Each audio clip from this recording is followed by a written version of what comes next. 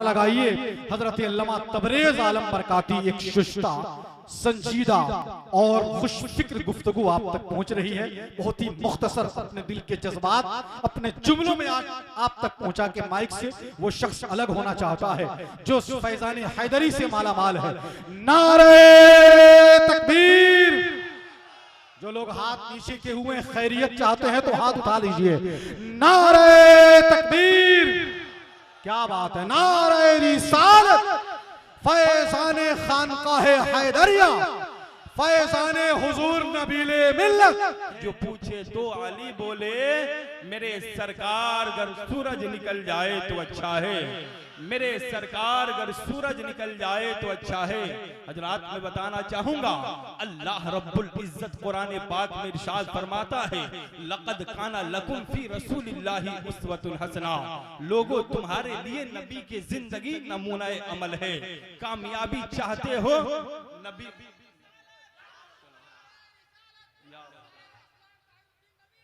वाह वाह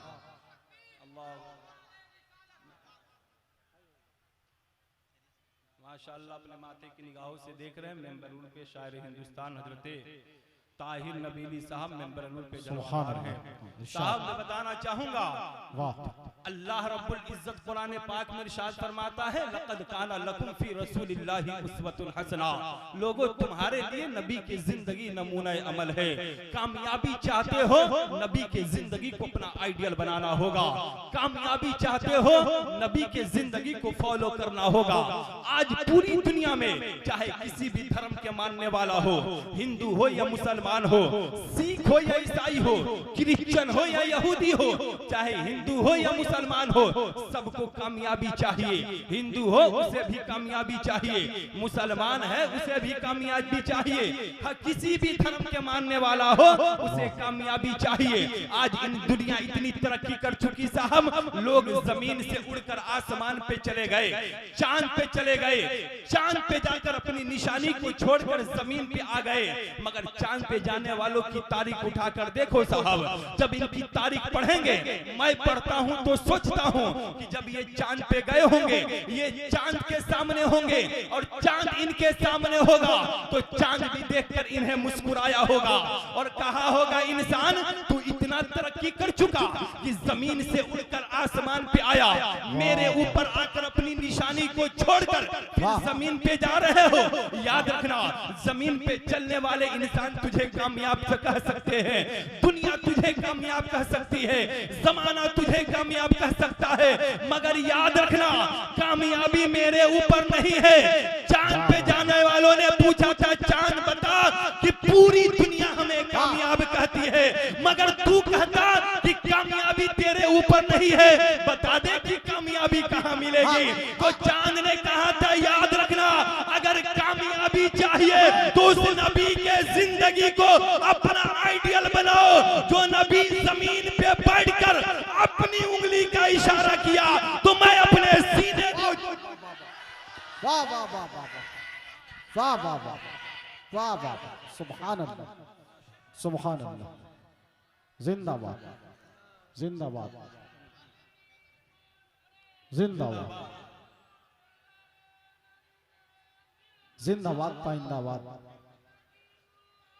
जिंदाबाद पाइंदाबाद। अल्लाह अकबर। कामयाबी चाहिए तो उस नबी के जिंदगी को अपना आइडियल बनाओ। साहब याद रखना किसी के जिंदगी को अपना आइडियल बनाओगे कामयाबी तेरे पास नहीं आएगी। आज पूरी दुनिया इंसान किसी के जिंदगी को अपना आइडियल बनाता है, किसी मुल्क के जिंदगी को अपना आइडियल बनाता है। आज दुनिया इतनी तरक्की कर चुकी, लोग कहते हैं मौलाना अमेरिका बड़ा पावरफुल मुल्क है, हम उसके जिंदगी को फॉलो करेंगे, चांद पे चले जाएंगे, डॉक्टर बन जाएंगे, साइंटिस्ट बनेंगे। मगर याद रखना तुम जिस अमेरिका की जिंदगी को फॉलो कर, जिस अमेरिका की जिंदगी को अपना आइडियल बनाकर चांद पे जाने की बात करते हो, चांद पे जाने की बात करते हो, याद रखना वो अमेरिका जो अपने एक माँ का हक ना दिला सका, फिर उसकी जिंदगी को अपना आइडियल बनाकर क्या करोगे? आप कहोगे मौलाना अमेरिका बड़ा पावरफुल मुल्क है, मगर वो अमेरिका एक माँ का हक क्यों नहीं दिला सका?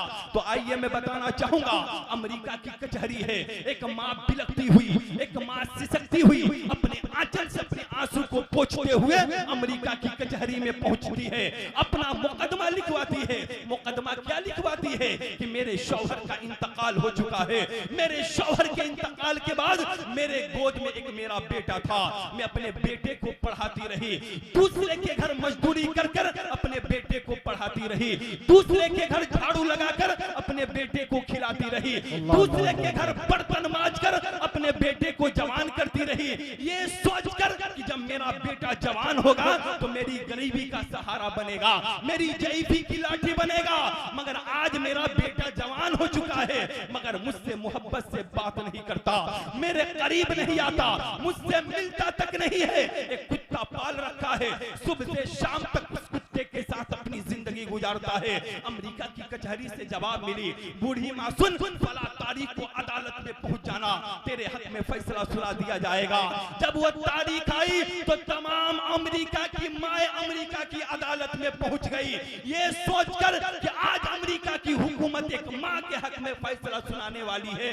मगर जज ने जब फैसला सुनाया था तो तमाम औरतें अपने आंचल से अपने आंसुओं को पोंछने लगी।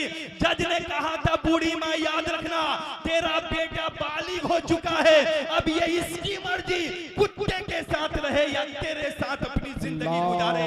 बूढ़ी माँ याद रखना, तेरे खाने की दिक्कत है, अमेरिका की हुकूमत खाने के इंतजाम करेगी, रहने की दिक्कत है, अमेरिका की हुकूमत रहने की इंतजाम करेगी। साहब याद रखना, ये अमेरिका की हुकूमत है जिसकी तुम जिंदगी को अपना आइडियल बनाकर चांद पे जाने की बात करते हो।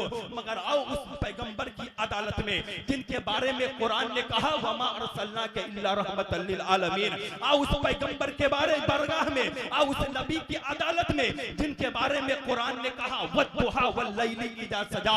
अल्लाह के नबी के मुकद्दस बारगाह में एक सहाबी रसूल पहुंचे, कहा, या रसूल अल्लाह, जंग में जाने का ऐलान हो चुका है, मगर घर में बूढ़ी माँ है, या रसूल अल्लाह, जिहाद में जाऊं कि माँ की खिदमत करूं?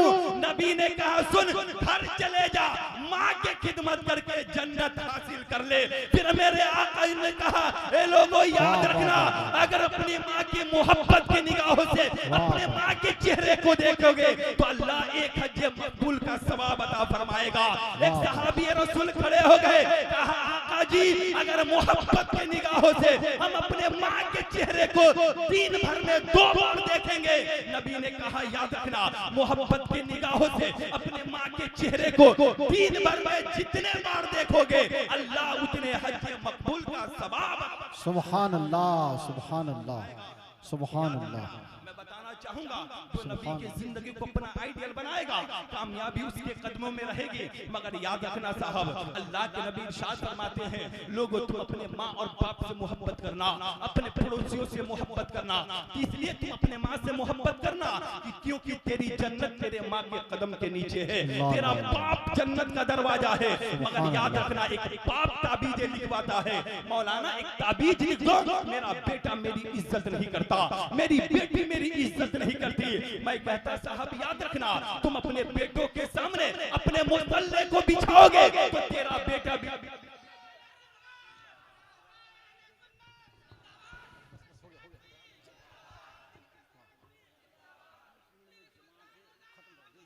नारे तकबीर, नारे रिसालत, उलमाए अहले सुन्नत, हुजूर अल्लामा मुफ्ती सुल्तान रजा साहिब किबला, हजरत अलहाज दिलकश राजवी, खानकाहे हैदरिया, हैदरी कॉन्फ्रेंस, मसलके आला हजरत, हुजूर नबीले मिल्लत, हुजूर नकीबुल औलिया। बैठे बैठे आप। इत्मीनान सुकून से बैठे, देखें मेंबर नूर पे भारत के वाजिम हिंदुस्तान के वाजिम खतीब खतीबुल हिंद हज़रत अल्लामा मौलाना मुफ्ती सुल्तान रज़ा साहब किबला की आमद हो चुकी है। शायर हिंदुस्तान हज़रत दिलकश राशि साहब मेंबर नूर पे जलवाबार हो चुके हैं। साहब मैं बता रहा था, तुम अपने बच्चों के सामने मुसल्ला बिछाओगे तो तेरा बेटा भी अपने सर को अल्लाह के बारगाह में झुकाने वाला होगा। साहब याद रखना, तुम अपने बेटों के सामने अपने बाप की कदर करोगे तो तेरा बेटा भी तेरा कदर करने वाला होगा। तुम अपने बच्चों के सामने अपनी माँ की इज्जत करोगे, तेरी बेटी भी तेरी इज्जत करने करने वाली होगी। याद रखना, तुम अपने माँ और बाप से मोहब्बत करना। जब तेरे माँ और बाप दुनिया में मिले तो उनसे उनकी खिदमत करके दुनिया ही में जन्नत हासिल कर लेना। और माँ बाप जब दुनिया से चले जाए तो 500 लोगों को बुलाकर खाना ना खिलाना, बल्कि उस पैसे को बचाकर अपने माँ बाप के नाम से गरीब को हाफिज कुरान बना देना। कसम खुदा की, वो कुरान पढ़ेगा, तेरे माँ और बाप के कब्र पे रहमत के फरिश्ते नूर लेकर उतरेंगे। दूसरे कब्र वाले पूछेंगे, बता तू कौन सा अमल करके आया था कि तेरे कब्र पे तेरे कब्र में रहमत के फरिश्ते आ रहे हैं? तो आपके माँ और बाप कहेंगे, क्योंकि मैं एक नेक बेटा छोड़कर आया था, मेरा बेटा मेरे नाम पे गरीब बच्चे को हाफिज कुरान बना दिया है, वो कुरान पढ़ता है और नूरी फरिश्ते नूर लेकर हमारे कब्र में उतरते रहते हैं। साहब याद रखना, अगर कामयाबी चाहिए तो नबी की जिंदगी को अपना आइडियल बनाने